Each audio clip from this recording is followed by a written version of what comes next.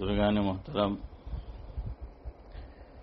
گزشتہ کل جو موضوع ادھورا رہا تھا اسی کی آج انشاءاللہ العزیز تکمیل کرنے کی کوشش کریں گے۔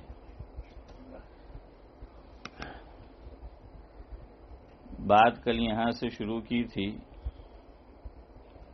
کہ کوئی عبادت کی چاہ میں رویا، کوئی عبادت کی راہ میں رویا، کوئی عبادت کی چاہ میں رویا، کوئی عبادت کی راہ میں رویا۔ یہ نماز محبت کا عجیب سلسلہ ہے، یہ نماز محبت کا عجیب سلسلہ ہے۔ کوئی ادا کر کے رویا، کوئی قضا کر کے رویا، کوئی ادا کر کے رویا، کوئی قضا کر کے رویا۔ لیکن کل ایک چیز درمیان میں آئی تھی، وہ ادھوری رہ گئی تھی، پہلے اس کی تکمیل کرتے ہیں۔ میں نے آپ کو یہ بتایا تھا کہ اکابر دیوبند کا ذوق یہ ہے کہ کام اتنا ہی اور اسی طرح کرو جیسا آقا سے ثابت ہے اور آقا یعنی حضرت نبی کریم صلی اللہ علیہ وسلم نے انجام دیا ہے۔ حالانکہ بہت سی مرتبہ کچھ آدمی اس کے علاوہ بھی کرنا چاہے تو گنجائش ہوتی ہے، نہیں ہوتی ہے، لیکن ہمارے اکابر کا ذوق یہ ہے کہ نہیں، جیسا آقا نے کیا، جس طرح حضور سے مروی ہے ویسا کرو۔ یہ عشق کی بات ہے۔ یہ کس کی بات ہوتی ہے؟ عشق کی۔ روزانہ ہم تعلیم میں جن کی کتاب پڑھتے ہیں، حضرت مولانا محمد زکریا صاحب نور اللہ مرقدہ، حضرت نے اپنے حالات خود لکھوائے۔ اس کا نام ہے کتاب کا آپ بیتی۔ کیا نام ہے؟ آپ بیتی کتاب کا نام ہے۔ اور میری طرف دیکھیں، اتنی ضخیم ہے، 2 والیوم، 2 جلدیں ہیں 2 والیوم میں۔ ہاں، ویسے اسی نام کی ایک اور آپ بیتی بھی ہے، حضرت مولانا عبد الماجد صاحب دریابادی نور اللہ مرقدہ۔ یہ باقاعدہ عالم نہیں تھے، جیسے مدرسے میں طالب علم داخلہ لیتا ہے۔ یہی حال تھا مولانا محمد علی جوہر کا۔ مولانا محمد علی جوہر بھی کوئی باقاعدہ عالم نہیں تھے۔ ایک ہوتا ہے اعزازی سند۔ کیا دی جاتی ہے؟ اعزازی سند۔ جیسے بہت سے لوگ، یہ خاص طور سے جو یہ سیلیبریٹیز ہوتی ہے، تو ان کو بعض ممالک والے کیا دیتے ہیں؟ شہریت، اعزازی طور پر سٹیزن، نہیں سٹیزن شپ، شہریت یعنی سٹیزن شپ۔ حالانکہ وہ وہاں آئے گا بھی نہیں، وہ اپنے یہاں اس کو ایک مقام ملا ہوا ہے، سب کچھ ہے، لیکن کچھ ممالک والے اس کو اعزازی طور پر کیا دیتے ہیں؟ سٹیزن شپ دیتے ہیں، شہریت یہ دیتے ہیں۔ تو یہی حال مولانا محمد علی جوہر کا بھی تھا اور مولانا عبد الماجد دریابادی رحمۃ اللہ علیہ کا بھی تھا۔ یاد رکھنا کہ وہ اعزازی سند یہ دی جاتی ہے۔ جیسے پاکستان میں ابھی ایک بزرگ ہے، بقید حیات ہے، اللہ تعالیٰ ان کا سایہ امت پر بعافیت تعدیر قائم رکھے، ہماری مسجد میں بھی تشریف لائے، جس سے میری مراد ہے پیر ذوالفقار احمد صاحب نقشبندی دامت برکاتہم العالیہ۔ یہ باقاعدہ عالم نہیں ہے۔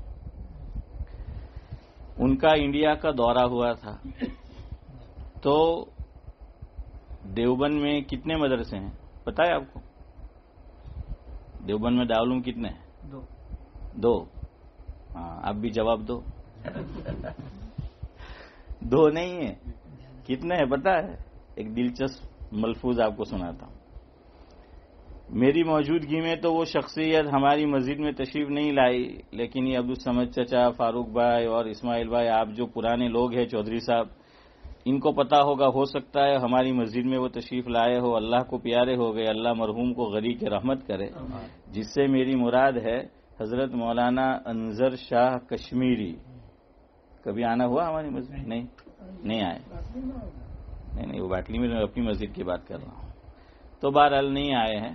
تو حضرت مولانا انظر شاہ کشمیری رحمۃ اللہ علیہ، حضرت کی بہت سی تصانیف ہیں، ان میں ایک تصنیف ہے جو انہوں نے مضامین لکھے تھے، اس کا مجموعہ ہے جس کا نام ہے لالہ و گل. کتاب کا نام کیا ہے؟ لالہ و گل. لالہ و گل یہ پھول کے نام ہے. لالہ و گل. شاعر مشرق علامہ اقبال علیہ الرحمہ نے اس کا ذکر کیا ہے اپنے شعر میں، تو وہیں سے یہ لفظ اٹھایا ہے حضرت مولانا مرحوم نے، اور کتاب کا نام لکھا لالہ و گل. اس میں وہ ایک جگہ لکھتے ہیں دیوبند کے تعلق سے کہ لوگ سمجھتے ہیں، مفہوم ہے کہ بھئی دیوبند میں ایک ہی دارالعلوم ہے، یا جیسے انہوں نے فرمایا کہ بھئی 2 دارالعلوم ہیں. فرمایا ایسی بات نہیں ہے.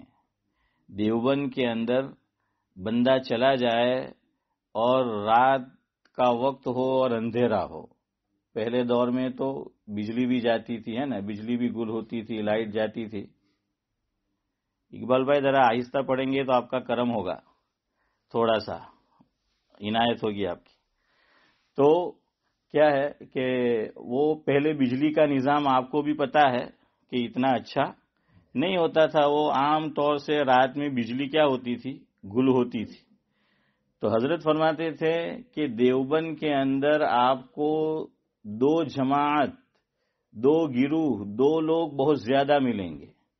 ایک عامل، دوسرا عالم. ایک کیا ہے؟ عامل، دوسرا عالم. ادھر میم پہلے لام بعد میں سعید بھائی، اور ادھر لام پہلے اور میم بعد میں. فرمایا کہ عامل اور عالم. تو مدرسے بھی حضرت نے فرمایا کہ اتنے ہی ہے. تو رات کو بجلی گل ہو اور آپ اندھیرے میں کسی کے سر پہ ہاتھ رکھ دو، اندھیرا ہے معلوم نہیں، فرمایا سر پہ ہاتھ رکھو، بجلی آئے گی تو یا تو وہ عامل ہوگا یا عالم ہوگا. ذاکر بھائی کیا ہوگا؟ یا تو وہ عامل ہوگا یا پھر وہ عالم ہوگا. تو بہت سے ادارے ہیں وہاں.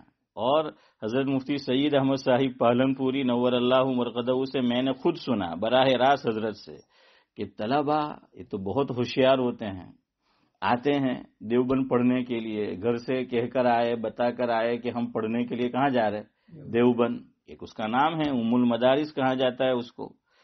تو اب وہاں تو باقاعدہ امتحان ہوتا ہے اور سخت امتحان ہوتا ہے، ویسے ہی داخلہ نہیں ملتا، سخت امتحان. اور امتحان بھی درجے اولیاء کے اساتذہ لیتے. اور یہ بات بھی میں نے حضرت مفتی سید احمد صاحب پالن پوری رحمۃ اللہ علیہ سے سنی، اور ہو سکتا ہے یہ فاروق بھائی نے بھی سنی ہو، دیگر حضرات نے بھی، کہ حضرت بعض مرتبہ فرماتے تھے کہ میں عید کے بعد زیادہ رک نہیں سکتا، مجھے جلدی جانا ہے. کیوں؟ وہاں جا کر مجھے کیا لینا ہے؟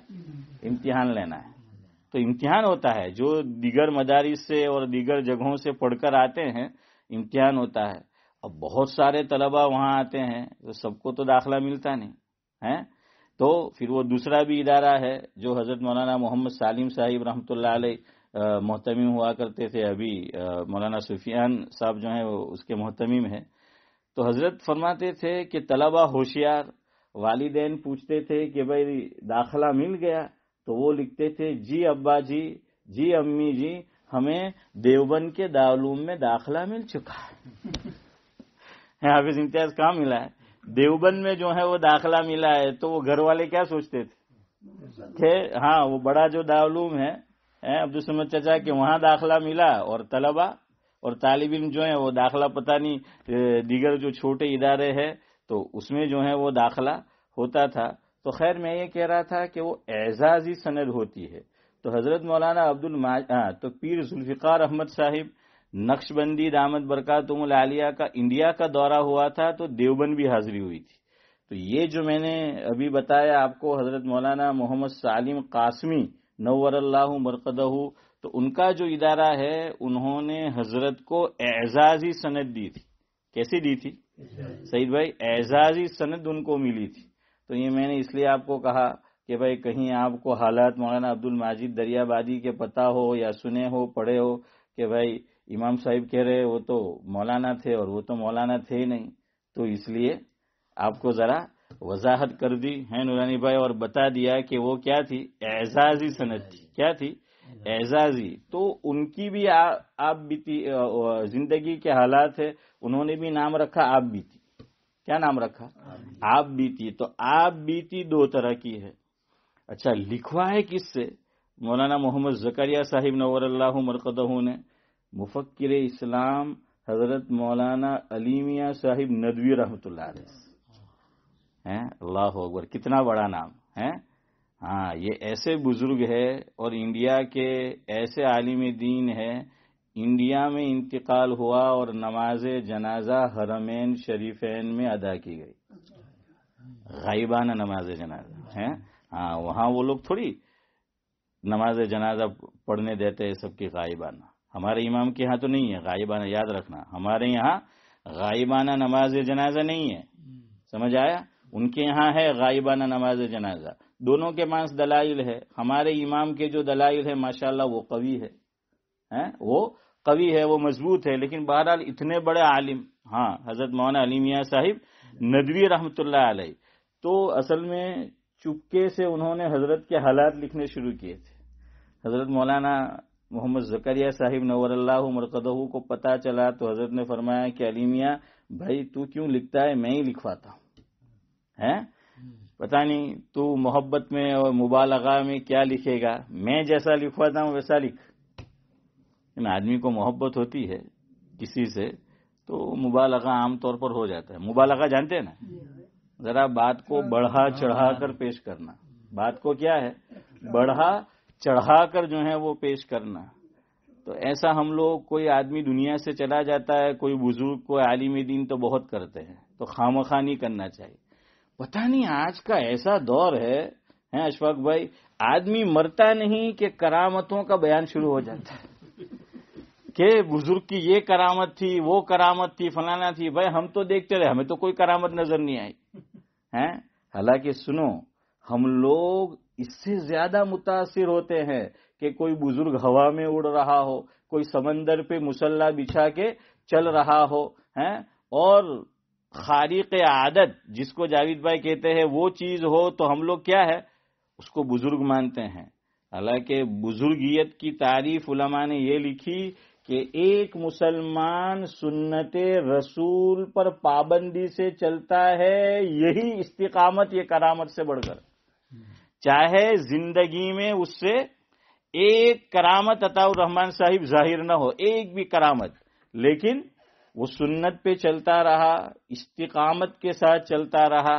اسی لیے بزرگوں نے لکھا کہ الاستقامہ فوق الکرامہ، کہ استقامت کیا ہے، کرامت سے بڑھ کر ہیں. اور بعض بزرگوں نے یہ لکھا کہ استقامت 1000 کرامتوں سے بڑھ کر ہے. ایک نہیں بلکہ کتنی، 1000 کرامتوں سے بڑھ کر ہے. لیکن ہم لوگ کس کو سمجھتے ہیں بزرگ؟ ہمارے اب تو کچھ کم ہوا. باقی پہلے دور میں حضرت مولانا ابرار احمد صاحب دھلیوی رحمۃ اللہ علیہ سناتے تھے، جو پھٹے پرانے کپڑے ہو، میلے کچیلے ہو، سر کے بال بھی پتہ نہیں بکھرے ہوئے ہو، داڑھی کا بھی عجیب حال ہو، اس کو سمجھتے ہیں بہت پہنچا ہوا ہے. کیا سمجھتے تھے؟ بہت پہنچا ہوا ہے کہ یہ کوئی بزرگ ہے. فرمایا بھائی ہمارے لیے معیار حضور کی ذات ہے. حضور ایسے گندے رہتے تھے؟ عجیب ہے ہماری حالت ہے. اصل میں ہم لوگ کنورٹ ہے، پتہ ہے نا. ہاں، ہم کہاں سے ہے. اب ان کے یہاں یہی ہے. ہاں، ہر کنکر ان کا شنکر، ہر کنکر ان کا کیا ہے، وہ شنکر ہے. ہر ایک جو ہے وہ دیوتا ہے. ذرا کچھ انہوں نے دیکھا نہیں کہ ڈنڈوت اور اس کے آگے جھکنا شروع ہو جاتے ہیں. اور ان کے یہاں دیکھیے، یہ ہم لوگ ایسے پھٹے، یعنی گندے میلے کچیلے، صفائی کا ذرا اہتمام نہیں. ان کو بزرگ کیوں مانتے ہیں؟ ان کے یہاں دیکھو، میں نام نہیں لے رہا، آپ سمجھ جائیں گے کیا کہتے ہیں. جو تاریخ دنیا ہو جاتے ان کا حال یہی ہوتا ہے. یاد رکھنا ہمارے لیے معیار کیا ہے. قرآن کہہ رہا ہے لقد کان لکم فی رسول اللہ اسوۃ حسنہ. لیکن ہم لوگ نہیں سمجھتے اس کو، ہم لوگ اس کو نہیں سمجھتے. کسی حدیث میں حضور نے یہ فرمایا مفہوم ہو کہ بھائی کوئی کرامت دکھائے تو وہ بزرگ ہے.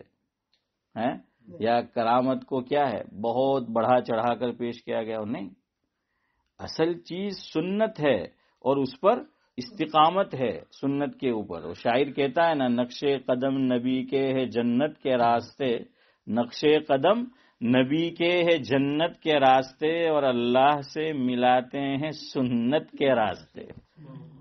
یہ سنت کا راستہ اللہ تک ملائے، اللہ سے ملائے گا. ہاں لیکن ہم لوگ کرامتوں کے اور جھوٹی اور بڑھا چڑھا کر کرامتوں کے پیچھے جو ہیں وہ پڑے ہوئے ہیں. ہاں شیخ سعدی علیہ الرحمہ نے بھی اسی کو کہا ہے، مپندار سعدی کے راہ صفا، کہ مفہوم یہ ہے سعدی جو سنت کا راستہ چھوڑتا ہے تو تم یہ مجھ سمجھنا ہے کہ وہ منزل مقصود کو پہنچے گا، وہ نہیں پہنچ سکتا. اس کو منزل مقصود تک پہنچنا ہے تو اس کے لیے روڈ میپ کیا ہے؟ حضور کا طریقہ ہے. یہ روڈ میپ ہے، یہ سنت طریقہ ہے. ہاں تو سعدی اس کو مت سمجھنا. تو سنت تو حضور آپ دیکھ لیجئے حضور کیسے رہتے تھے، میلے کچلے رہتے تھے، گندے رہتے تھے، داڑھی ہیں، سر کے بال، یہ بھی یاد رکھے زلفے بال رکھنا، زلفے جس کو ہم بولتے ہیں. ایک بات نکلی ہے تو یہ بھی سنو کہ زلفے بال رکھنا. اب یہ زلفے بال رکھنا سنت ہے کہ نہیں ہے؟ میں مصلی نور میں تھا، ایک دن نماز پڑھنے گیا. میں ایک صاحب ہماری مسجد میں بھی کبھی کبھی جمعہ کو وہ تشریف لاتے ہیں، مجھے دیکھا نماز کے بعد تو کہنے لگے مولانا صاحب ایک سوال پوچھ سکتا ہوں؟ میں نے کہا buy one get one free. ایک نہیں بلکہ حافظ امتیاز کتنے پوچھو؟ 2 پوچھو. میں نے کہا کوئی بات نہیں کہ آپ جو ہے پوچھو. آپ بھی تھے شاید، ہیں، اور آپ اور فاروق بھائی وغیرہ بھی تھے اس دن، ذاکر بھائی آپ بھی تھے اور فاروق بھائی وغیرہ تھے. مجھے لے گئے ادھر، مجھے کہنے لگے کہ مائنڈ مت کرنا مولانا. میں نے کہا ٹھیک ہے آپ بولے تو صحیح، آپ بولیں گے تو پتا چلے گا مائنڈ کرنے جیسا ہے کہ نہیں. تو میں نے کہا کہ ٹھیک ہے بولیے بھائی کیا ہوا. تو کہا کہ علماء ایک سنت پہ عام طور پہ عمل نہیں کرتے.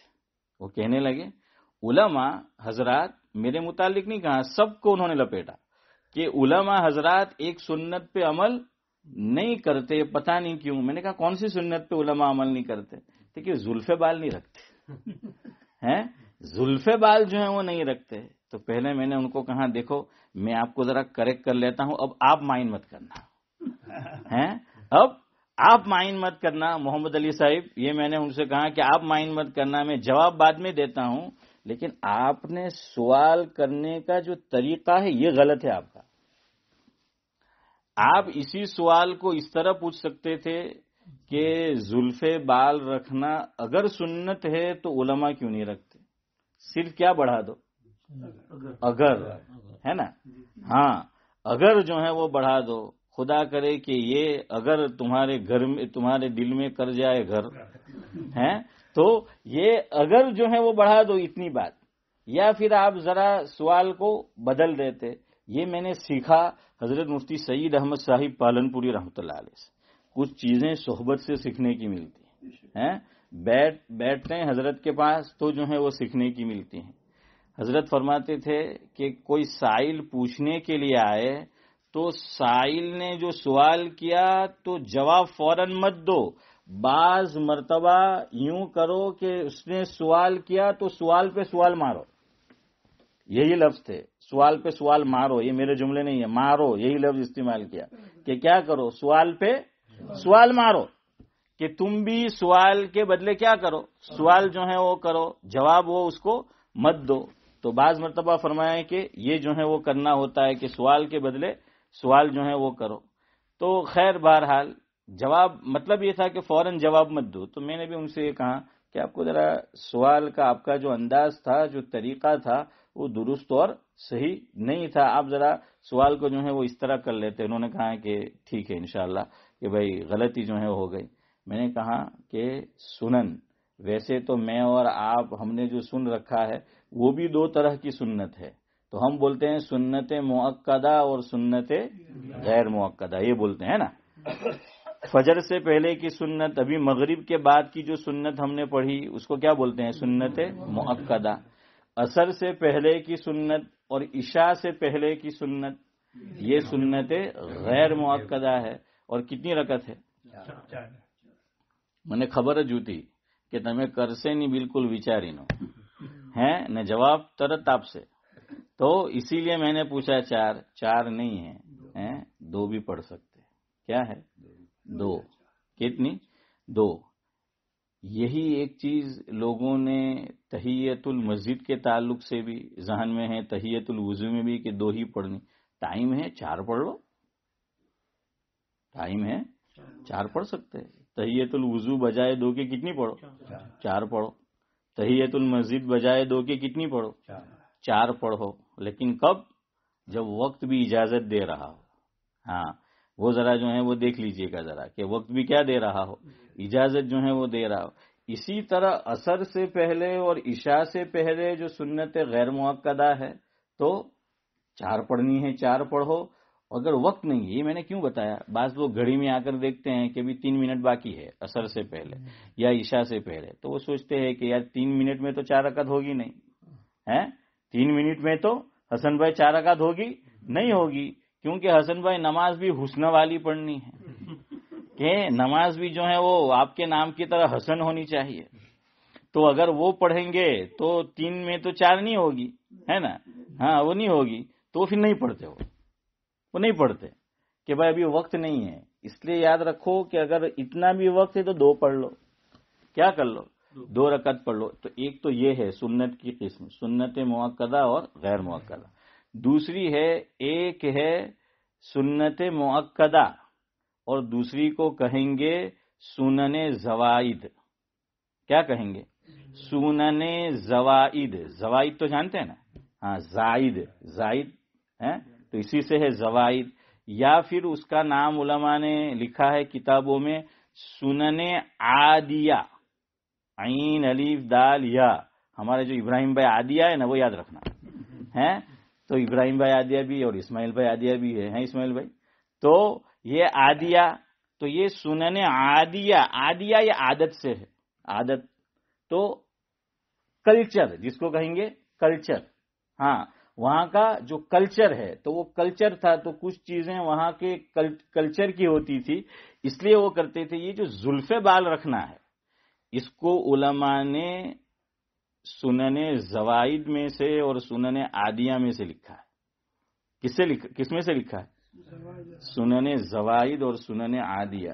کوئی کرے، کرنا چاہے بے شک کرے، نہ کرے نہ کوئی گناہ ہے، نہ پکڑ ہوگی، اور نہ میں اور آپ اس کو تنقید کا نشانہ بنا سکتے، اس پہ انگلی نہیں اٹھا سکتے. اگر وہ کام میں آپ یا کوئی بھی نہیں کرتا تو اس پہ انگلی نہیں اٹھا سکتے. ہاں انگلی نہیں اٹھانا ہے اس کے اوپر، مرضی ہے کرنا ہے کرے. کیوں؟ اس کو فرق کیا گیا ہے. یہ سنن زوائد میں سے ہے، سنن عادیہ میں سے ہے. خود حضرت علی رضی اللہ تعالیٰ عنہ ہیں اولین جو ایمان لانے والے ہیں، ان میں ایک کون ہے؟ حضرت علی رضی اللہ تعالیٰ عنہ. کہتے ہیں بچوں میں سب سے پہلے ایمان کس نے قبول کیا؟ حضرت علی رضی اللہ تعالیٰ عنہ. نمبر 1. نمبر 2، حضرت علی کے والد خواجہ ابو طالب، انہوں نے پرورش کی کس کی؟ حضرت نبی کریم صلی اللہ علیہ وسلم کی. ظاہری معنی میں پرورش کہ بھائی دیکھ بھال جو ہے وہ رکھی خواجہ ابو طالب نے. اور حضرت علی کس کی پرورش میں رہے؟ خود حضور پاک صلی اللہ علیہ وسلم کی پرورش میں رہے. یہ 2 نسبت. تیسری، رشتے میں چچا کے لڑکے، ہے نا، چچا کے لڑکے. چوتھا رشتہ داماد کا، کہ وہ کیا ہے؟ داماد بھی تھے. لیکن حضرت علی رضی اللہ تعالی عنہ کی عادت مبارکہ یہ تھی کہ اپنے سر مبارک پر بال رہنے ہی نہیں دیتے تھے، بال نہیں رہنے دیتے. کچھ لوگوں کا اس طرح کا مزاج ہوتا ہے، ذرا سے بال آئے اور ہاں وہ رہنے نہیں دیتے. کچھ لوگ ایسے ہیں جو بال آئے رہنے نہیں دیتے، کچھ ہے مال آئے اور رہنے نہیں دیتے، ہے نا نورانی بھائی. تو ایسا ہوتا ہے، پھر روتے مال آیا ختم، وہ رہتا ہی نہیں ہے. وہ ہتھیلی میں سرسوں کا تیل کی طرح ہوتا ہے، وہ جمتا ہی نہیں ہے، وہ جمتا ہی نہیں. ہاں تو بہرحال بال نہیں رہنے دیتے تھے. اس سے مجھے اہم نقطہ آپ کو بتانا ہے. یہ اگر ویسی سنت ہوتی جیسے داڑھی رکھنا، یہاں ایک بات سنو، داڑھی رکھنا سنت ہم لوگ یہ بولتے ہیں، یہ بہت بڑی غلط فہمی ہے ہمارے یہاں، بہت بڑی غلط فہمی۔ داڑھی رکھنا سنت یہ اس معنی کر کے حضور کا طریقہ ہے، یہ اس معنی کر سنت ہے، یاد رکھنا، ورنہ یہ داڑھی رکھنا واجب ہے۔ داڑھی رکھنا کیا ہے؟ واجب ہے، اور واجب میں اور آپ جانتے ہیں اللہ کے کرم سے کہ اس کا چھوڑنے والا گنہگار ہوتا ہے، اس کا چھوڑنے والا کیا ہے؟ گنہگار ہوتا ہے۔ اور داڑھی صرف رکھنا نہیں بلکہ جتنی رکھنی چاہیے اتنی رکھنا ہے، اور کتنی رکھنا ہے؟ ایک مشت، ہر طرف سے ایک مشت ہونی چاہیے۔ ہر طرف سے کا مطلب 3 طرف ہوگی ہیں، اوپر چوٹلی مت نکالنا ہے، تو 3 طرف سے، اور ہر ایک کی اپنی مشت کا اعتبار ہے، جانتے ہو نا مشت، مٹھی جنہیں کی ہے، مٹھی، دیکھو میری طرف ہے، یہ میرے بال نیچے نظر آ رہے ہیں آپ کو؟ یہ ہو گیا میرے، ادھر آ رہے ہیں آپ کو؟ بھائی نکل رہے ہیں؟ ہاں ادھر نکل رہے ہیں، ہاں تو یہاں سے کاٹ دو، کوئی حرج نہیں ہے، لیکن وہ حکایت لطیف میں لکھا ہے حسن بھائی ویسا مت کرنا، یہاں سے کاٹ دو۔ ایک کتاب فارسی اول میں پڑھائی جاتی ہے، حافظ امتیاز کو پوچھو، انہوں نے پڑھی ہے حکایت لطیف، تو اس میں ایک آدمی کا قصہ لکھا ہے، بہت ذہین تھے، بہت ذہین، حد سے زیادہ ہیں، شیکسپیئر کے بھی باپ، تو کیا ہے بہت زیادہ وہ ذہین تھے۔ وہ آپ کہیں گے مولانا کسی مسلمان کا نام لو، تو چلو آپ یوں ہی سمجھ لو جو آپ کے ذہن میں ہو کوئی، تو بہرحال کہ ذہین اور عقل مند وہ، لیکن اللہ تعالیٰ بتلانا چاہتے ہیں کہ سب کچھ کس کے قبضے قدرت میں؟ اللہ، کہ کہیں دماغ کیا ہے اس میں خناس سوار نہ ہو۔ یہ بہت زیادہ ذہین ہوتے ہیں نا، پھر تکبر بھر جاتا ہے، یاد رکھنا، آدمی کے پاس جو چیز ایکسٹرا آ جائے، یاد رکھنا، اب ایکسٹرا میرے اور آپ کے اعتبار سے نہیں، ہم تو جتنا مال آئے تھے کہ ہجو کا ایکسٹرا ہے نہیں، وہ ایک حد تک اس کے بعد زائد، جو چیز عام طور پہ استثناء اپواد یہ ہر چیز میں ہر جگہ ہوتا ہے، یاد رکھنا، لیکن جو چیز حد سے بڑھے گی آدمی کے اندر تکبر، عجب، کبریائی، ابھیمان یہ پیدا کر دے۔ اسی میں سے علم بھی ہے، ذہانت بھی ہے، کہ جب وہ حد سے اوپر جائے گا تو کیا کرے گا؟ وہ نقصان پہنچاتی پھر آدمی کو۔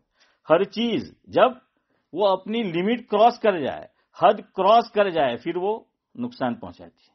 ہاں ایک اور یہاں پہ غلط فہمی دور کرو، ہم لوگ کیا کہتے ہیں کہ میٹھی چیز کھانا سنت ہے، کہتے ہیں نا، یہ بھی لال کتاب کی بات ہے، یاد رکھنا، میٹھا کھانا ہے تو کہہ دیا ہے فاروق بھائی کہ کیا ہے؟ حضور کی سنت ہے۔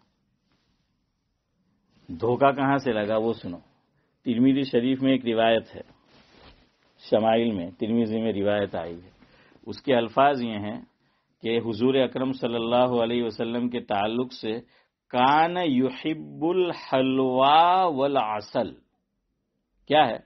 کان یحب الحلوا، حلوا یہ تو آپ جانتے ہیں، حلوا میٹھی چیز، ہمارے یہاں تو حلوے کو حلوائی جو ہیں وہ بولتے ہیں، ہے نا، حلوا، تو حلوا یعنی میٹھی چیز، حلوا یعنی میٹھی چیز، عسل عین سین لام یہ کہتے ہیں ہنی کو، شہد، مدھ، پیور مدھ، ہے نا۔ اب تو ایک چیز یہ بھی ہے کہ کوئی چیز پیور نہیں ملتی، اور آج اس کی بڑی ڈیمانڈ ہے آرگینک، ہر چیز کے آرگینک ہے، آرگینک چاہیے، ہے نا، ہر چیز کے وہ پیور جو ہے وہ چاہیے۔ اب شہد پتہ نہیں، انڈیا میں جاؤ تو گاؤں میں پیور ملتا ہے، ورنہ پھر اللہ ہی جو ہے وہ جانے یہ ہربل والے بیچتے ہیں، خیر لوگ کہتے ہیں نیوزی لینڈ کا پیور ہوتا ہے، چلو ہوتا ہوگا بھائی، کیوں ہم کہاں منع کر رہے۔ تو بہرحال کیا ہے، پیور چیز یہ ملنا یہ بھی بہت مشکل ہے۔ حضرت مولانا خلیل الرحمن سجاد نعمانی صاحب دامت برکاتہم العالیہ کا ملفوظ حضرت فرماتے ہیں کہ بھائی دودھ خالص ڈھونڈنا بہت مشکل پیور دودھ، فرمایا پھر حضرت نے سننے جیسا ہے فاروق بھائی، آگے حضرت نے فرمایا کہ پیور دودھ پہلے بھی سعید بھائی نہیں ملتا تھا، لیکن ہوتا یہ تھا کہ لوگ دودھ میں پانی ملاتے تھے، چلو یار اتنا بھی کرم تھا، فرمایا اب دور یہ آ گیا لوگ پانی میں دودھ ملاتے، تو ابھی اور پتلا۔ پیور دودھ کی نشانی کیا ہے؟ آپ کے یہاں کیا بن جائے گا؟ ملائی، وہ بالائی بن جائے گی. گاؤں میں یہی کہتے تھے. پیور دودھ آپ کو دیکھنا ہے کہ جہاں سے حاجی صاحب کے یہاں سے، مولانا صاحب کے یہاں سے، حافظ صاحب کے یہاں سے، امام صاحب کے گھر سے آ رہا ہے بھینس کا دودھ پیور ہے، تو دیکھو کہ وہ ملائی بنتی کہ نہیں بنتی ہے. بنے تو وہ کیا ہے؟ وہ ایک نشانی ہے کہ یہ پیور دودھ ہے. یہ کیا ہے؟ وہ پیور دودھ ہے. تو وہ کوئی چیز اصلی ملتی نہیں، اس لیے پوچھنا پڑتا ہے. تو حضرت مولانا قاری صدیق احمد صاحب سانسرودی دامت برکاتہم العالیہ ترکیسر میں ہوتے ہیں. تو حضرت مولانا ابرار احمد صاحب دلیوی رحمۃ اللہ علیہ گزر رہے تھے اور ایک شہد بیچنے والا ترکیسر آیا ہوا تھا. حضرت قاری صاحب نے بلایا، اور بڑے قاری وہاں کے قاری صدیق صاحب آپ جانتے ہیں. تو حضرت قاری صاحب اس سے پوچھ رہے، اللہ بھائی یہ مد اصلی ہے نا؟ کیا پوچھا ہے جاوید بھائی کہ مد اصلی ہے نا؟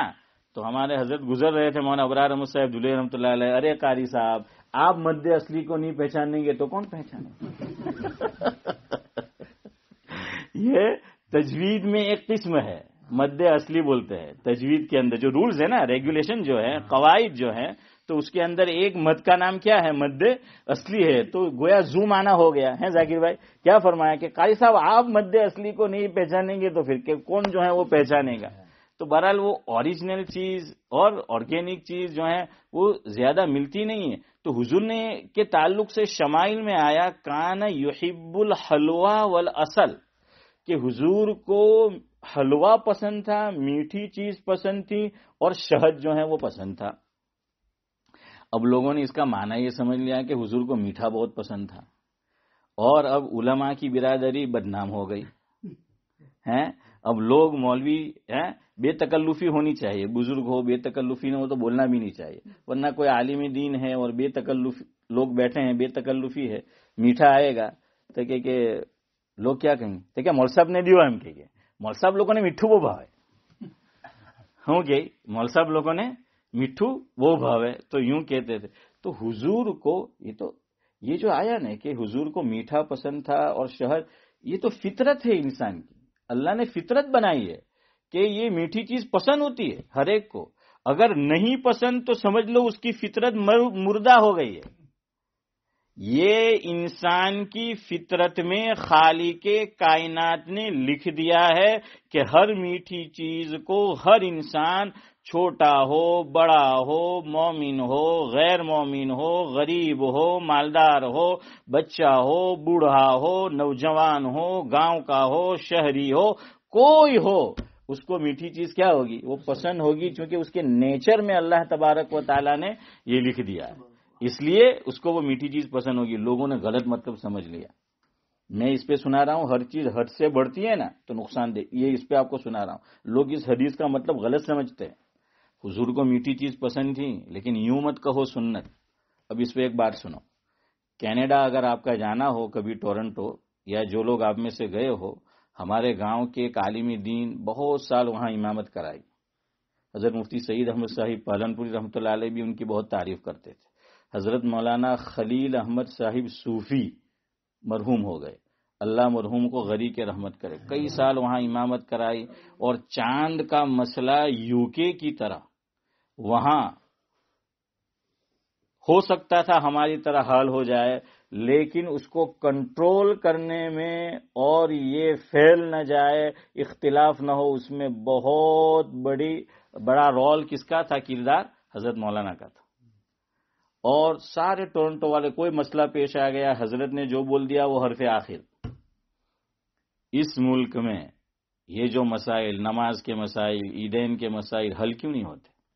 ایک دن حضرت کے کمرے میں ہم بیٹھے ہوئے تھے حضرت کے ساتھ، مفتی سعید احمد صاحب پالنپوری. یہ بات میں نے حضرت کے جو حالات جمع کیے، گلدستہ سعید کے نام سے کتاب چھپی، اس میں بھی ہے، میں نے لکھا ہے اس میں. یہ حضرت سے کسی نے پوچھا کہ حضرت یہاں چاند کا مسئلہ اور یہ نماز وغیرہ کا، نماز کا مسئلہ اور دیگر کچھ بڑے بڑے مسائل ہیں، خاص طور سے دو، کہ بھائی یہ چاند اور نماز کا یہ حل کیوں نہیں ہوتے؟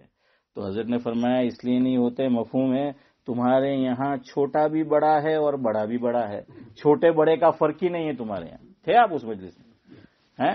ہاں، فرمایا تمہارے یہاں چھوٹے بڑے کا فرق نہیں ہے. اور حضرت نے آگے فرمایا تمہارا پورا UK یہ گجرات سے بھی چھوٹا ہے. رقبے کے اعتبار سے بھی شاید اور آبادی کے اعتبار سے بھی. اور حضرت نے فرمایا ہمارا انڈیا کئی گنا اس سے بڑا ہے، لیکن وہاں اختلاف یہ ایسے نہیں ہے، وہاں بڑے بڑے ہیں، چھوٹے چھوٹے ہیں. چھوٹے بڑوں کو بڑا سمجھتے ہیں. دیکھیے پہلے ہمارے گھروں میں جھگڑے ہوتے تھے، پولیس اسٹیشن بہت کم جاتے تھے، جانا پڑے، ہے نا سعید بھائی؟ صحیح ہے نا؟ پوچھ لیجئے سعید بھائی سے، میں نے بھی بچپن میں دیکھا. اور ہر گاؤں میں ایک پٹیل ہوتا تھا، پٹیل. اس کے علاوہ کچھ لوگ تھے اللہ نے جن کو ایک موب دیا ہوا تھا، ہاں موبو جنہیں کے، تو وہ دیا ہوا تھا. وہ آیا، اس نے کچھ کہا بات سب سن لیتے. آج تو کوئی سسرا کسی کی سنتا ہی نہیں ہے. ہاں کوئی سنتا نہیں ہے. ہم سب کا یہ حال ہے. ہر آدمی اپنے کو بہت اسمارٹ سمجھتا ہے. تو کسی کہنے والے نے کہا کہ اس دور میں ذہین ہونا اچھا ہے، اسمارٹ نہیں ہونا چاہیے، اس لیے کہ اب تو فون بھی اسمارٹ ہے. تو چھوٹے بڑے کا فرق مٹ جاتا ہے. تو وہاں ہوتا ہے گھروں میں جھگڑے دب جاتے. پہلے گھر ایک گھر ہے، کئی کئی فیملی ساتھ میں رہتی. پتا ہے نا ابو سمجھ چاچا؟ پوچھو ان کو کیوں. ایک بڑے کا ادب تھا، لوگ کہنا مانتے تھے، بڑے کو بڑا سمجھ. اب تو چھوٹا بھی بڑا ہے. اتنا بڑا گھر ہے، کوئی رہنے والا نہیں ہے، صاف کرنے والا نہیں ہے، الگ جا رہے لوگ، نہیں رہ رہے. کیوں؟ کوئی کسی بڑے کہیں گے بھی تو نہیں مانیں گے، مانتے ہی نہیں. میری آپ کی اولاد ہمارے سامنے مانتی ہے؟ ہماری نہیں مانتی، مانتی ہی نہیں. سب جگہ یہ حال ہے. علماء، غیر علماء، مسجد کو آپ لے لیجئے، مدارس کو لے لیجئے، تنظیم کو لے لیجئے، ہمارے یہاں کوئی کسی کی ویلیو نہیں ہے، کوئی کسی کو عزت ہی نہیں دیتا ہے. ہاں کوئی کسی کا احترام ہی نہیں کرتا. وہ نہیں ہوتے تو پھر ایسے ہی مسائل جو ہیں وہ پیدا ہو جاتے. تو حضرت مولانا خلیل احمد صاحب کو اللہ نے ایک مقام دیا تھا کینیڈا کے اندر. اور مقام آدمی کا کب بنے گا؟ جب ہم دیں گے. ہمارا ظرف اتنا تنگ ہو گیا ہے کہ ہم بڑوں کو بڑا ماننے کو ہی تیار نہیں. تو پھر ایسے سب مسائل پیدا ہوتے ہیں. تو سنو وہ بات، یہ سنت جو بات آئی نا، ہاں کہ بھائی میٹھا کھانا. تو حضرت مولانا خلیل احمد صاحب رحمۃ اللہ علیہ کینیڈا میں ایک تبلیغی جماعت آئی ہوئی تھی. تو میں 5 منٹ میں ختم کرتا ہوں انشاءاللہ. تو تبلیغی جماعت آئی ہوئی تھی، دسترخوان بچھا ہوا تھا.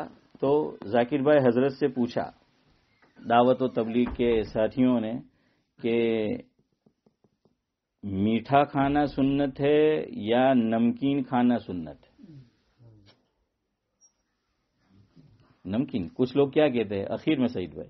کچھ لوگ کہتے ہیں کہ اخیر میں کیا کھانے کا؟ نمکین. میں کہ એમ જ પ્રેશર વધેલું છે ને પાછું છેલ્લે નમકીન ખવડાવે. બધા ઘરમાં ગમગીન થઈ જાય. بڑھتا ہے نا. ہمارے حضرت کا بہت پیارا ملفوظ ہے حسن بھائی. فرمایا 40 سال کے بعد اللہ سب کی حفاظت فرمایا ہے.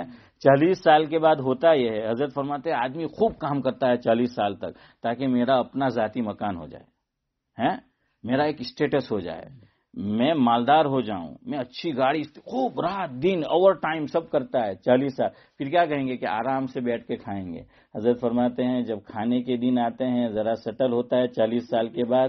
فرمایا میٹھا کھاتا ہے شوگر بڑھ جاتی ہے، میٹھو کھاتا ہے پریشر بڑھ جاتا ہے. چودھری صاحب سمجھ رہے؟ جب کھانے کے دن آئے تو یہ ہو گیا، اور سب اوور ٹائم کیا تھا. اور یاد رکھنا، اطباء یہ کہتے ہیں جو رات کو دیر سے سونے کا عادی ہوتا ہے شوگر ڈیفینیٹلی اس کو ہو کر رہے گی. کیوں؟ فطرت کے خلاف. فطرت، پھر وہی بات دیکھیے، فطرت اللہ نے جو نیچر بنایا ہے نا اس کے خلاف جاؤ گے بھگتو گے. ہاں اس کے خلاف. اللہ قرآن کریم میں ایک سے زائد مقام پر فرماتے ہیں کہ ہم نے دن کو کمانے کے لیے اور رات کو آرام کے لیے بنایا.